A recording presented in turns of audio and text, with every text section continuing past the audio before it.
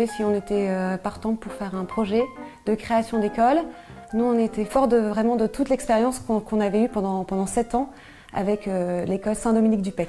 On s'est dit qu'on ne pouvait que dire oui pour créer une nouvelle école, un peu avec ce même esprit, ce même élan. Je voulais proposer aux familles une cohérence avec l'éducation chrétienne qu'elle donnait à la maison, une continuité et puis aussi évidemment des bonnes méthodes pour donner une vraie liberté intérieure aux enfants. Puis surtout avec Madame Borne qui avait tant d'expérience, c'était un appui fort pour nous. J'ai dirigé l'école Saint-Dominique au PEC pendant 22 ans. Ayant été informée de ce projet de création d'école à Vernouillet, j'ai pris la décision d'accompagner les fondateurs pour participer à la mise en place de leur école ici.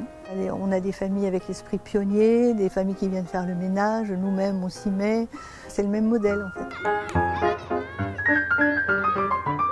On a tous une responsabilité pour aider ceux qui travaillent ici. Toi, ta responsabilité, c'est quoi? D'arroser les plantes. Moi, c'est aider les plus petits à manger. Et donc, du coup, on mange à la table des plus petits et on les aide.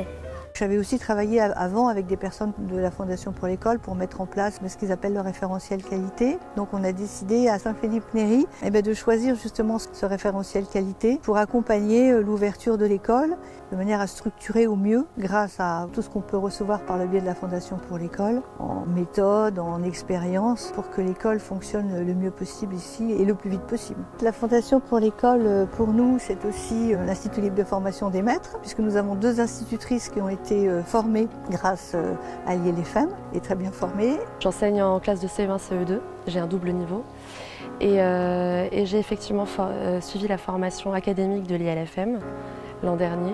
Je suis très contente de enfin pratiquer mon métier, appliquer les méthodes que j'ai pu apprendre lors de ma formation. On est peu, finalement, on est 25 élèves. Voilà, c'est familial et en même temps on essaye de garder vraiment la rigueur. C'est l'avantage aussi de ces petites structures, d'avoir la liberté de choisir des méthodes analytiques, d'avoir la liberté de transmettre des savoirs, transmettre des valeurs pas seulement chrétiennes, aussi de savoir-vivre, de respect. Depuis le jour de la rentrée, donc, on a accueilli Marie et Mathilde et c'est une belle découverte de voir Marie et Mathilde s'intégrer à l'école, de les voir heureuses et de propager une joie aux autres enfants. Ça se fait tout naturellement et avec beaucoup de simplicité comme savent faire les enfants. Il fallait vraiment une structure qui puisse accueillir des enfants comme Marie, c'est-à-dire des enfants différents, et leur permettre de suivre à leur rythme une scolarité pour les mener à un projet, pourquoi pas professionnel un jour ou l'autre, parce que ça débouche. Et avec des structures comme les nôtres, familiales, sécurisantes en fait, et bien pour des enfants comme Marie. Et la belle richesse aussi que je découvre ici, c'est de voir le rayonnement, vous voyez, que ces enfants apportent à l'ensemble de l'équipe et à l'ensemble des enfants. Et finalement, ces petites filles, je trouve que c'est une vraie fécondité pour l'école.